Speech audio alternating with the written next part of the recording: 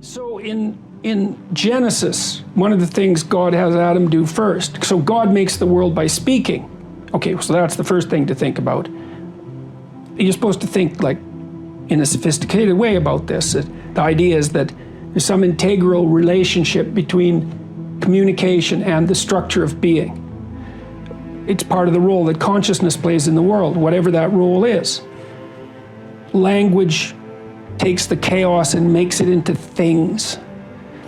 And so God has Adam name all the animals. They're not even really real until they have names.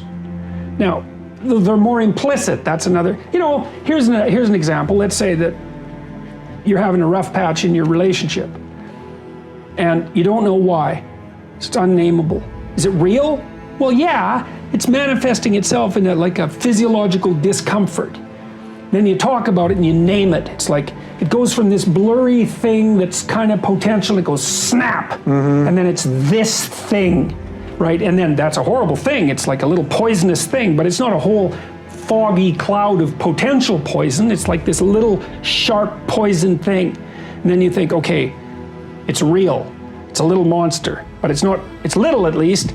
And now probably we can do something about it if we can admit to it. So it's this precision that specifies. And like, so this is a little bit of the Voldemort effect, right? Since you're a Harry Potter guy, they wouldn't name him. Right. This is the problem. Right. We got to name him first. Oh yeah, you got to name him first. Absolutely, because the unnameable is far more terrifying than the nameable.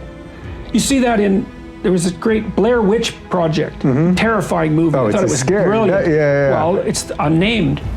There's nothing terrible happens in that movie. It's all the unnameable. It's like, what's going on? What's going on? What's going on? And no matter how terrible the actuality is, it's rarely as terrible as your imagination. Because your imagination, like, it's an old thing. It's seen a lot of terrible things in the history of life. Like, it can put monsters everywhere. And so it's almost always better, it might be better without exception, to name the thing, no matter how terrible it is. And if you can't name it, what that means is that you're telling yourself that you're so terrified that you can't bring your attention to bear on it, and that makes you're the loser, instantly. If it's so terrifying that you cannot face it, it's won. There's another rule in my book, which is Rule 9. Assume that the person that you're listening to knows something you don't. Well, they do. The person you're listening to knows some things you don't. You can be sure of that. Now, whether or not you can get to them is a different matter, but if you do get to them, it's a real deal for you. That's why you want to listen to the other person's arguments, is because you're not everything you could be. You don't know the pathway forward with as much clarity as you could.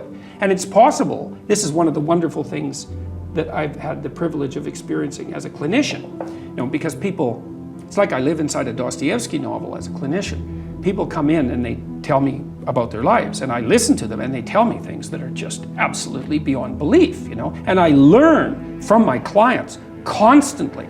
They're telling me honestly about their experience. They tell me things they wouldn't tell anyone else because I actually listen to them. But part of the reason I listen is because I'm desperate to listen. It's like there's a possibility I'm going to do something stupid in the next 5 years that's going to be like fatal.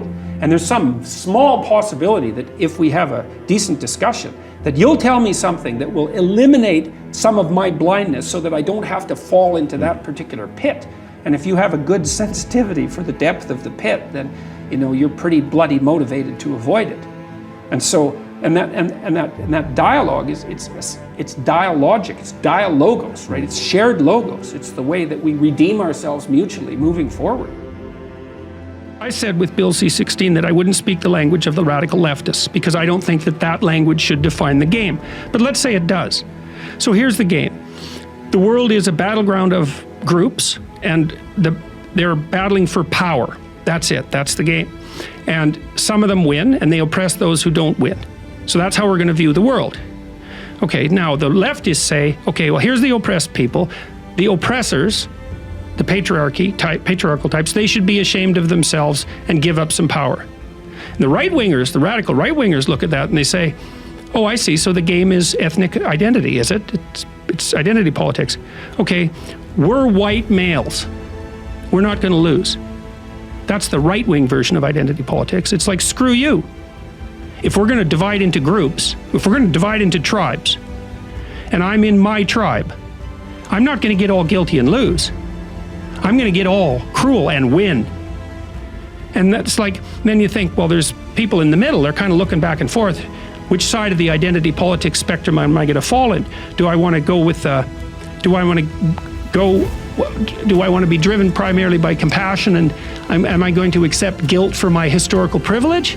So that's one possibility. And then I'm the oppressor, I'm the member of the oppressor group. Or am I going to say, oh, no, with that, I'm just going to play to win? Well, then I'm going to go to the right. It's like, well, my sense is, how about we don't play either of those games? And the reason we shouldn't play them is, well, the Soviets played the left-wing game and like killed who knows how many tens of millions of people. You can't even count it accurately. The estimates range from 20 to 100 million. Those are pretty big error bars. And the Maoists, maybe 100 million, certainly 60 million. So, okay, that didn't work out so well. And then there's the Nazis, like they played ethnic identity politics and racial superiority. It's like, what do we want to play that game?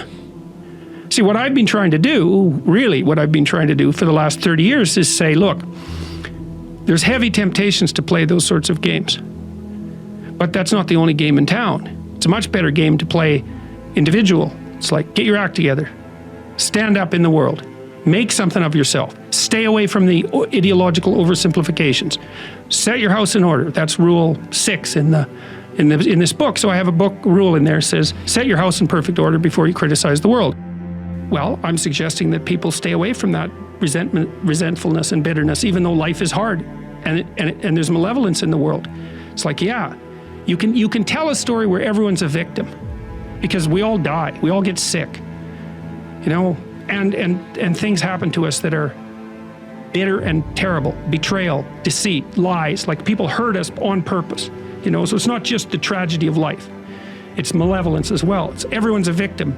You can tell that story. The problem is, if you tell that story and you start to act it out, you make all of that worse. That's the problem. And so this is why partly I got attracted to Christian imagery, at least in part. Because there's an idea in Christianity that you should pick up your goddamn cross and like walk up the hill. And that's dramatically, that's correct. That's the right answer. It's like, you've got a heavy load of suffering to bear, and a fair bit of it's going to be unjust. So what are you going to do about it? Accept it voluntarily and try to transform as a consequence.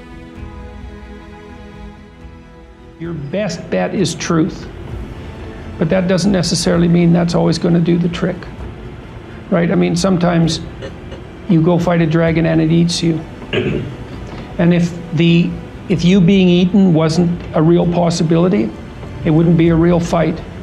And so you see people, like I've seen people in my clinical practice sometimes. I had one client in particular who was undergoing a particularly vicious divorce with someone who was really seriously inclined to take him out and would do pretty much everything at her disposal to do so.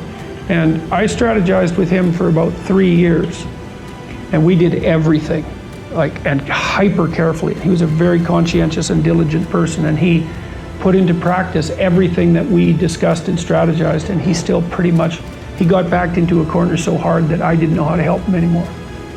So I would say, however, that he was a very truthful person throughout that, and one thing he did do was, part of it was a custody battle, and he did manage, despite his decline in consequence of being repeatedly cornered, I would say, he did manage to establish what I think was a lasting relationship with his kids. So he might have got enough out of what he did to justify it, even though the whole landscape was pretty awful. I think that not lying is your best bet, but life is hard and people get run over, and it doesn't necessarily mean that you're going to emerge in any obvious sense triumphant. But if you take the alternative path, especially when you're facing severe tribulations, let's say, and you complicate those with deceit, you can be sure that whatever tragedy that you're confronting is going to turn into not only tragedy, but something very much akin to hell. And so you might be able to at least minimize the degree of suffering, even if you can't overcome it or transcend it. And that's something.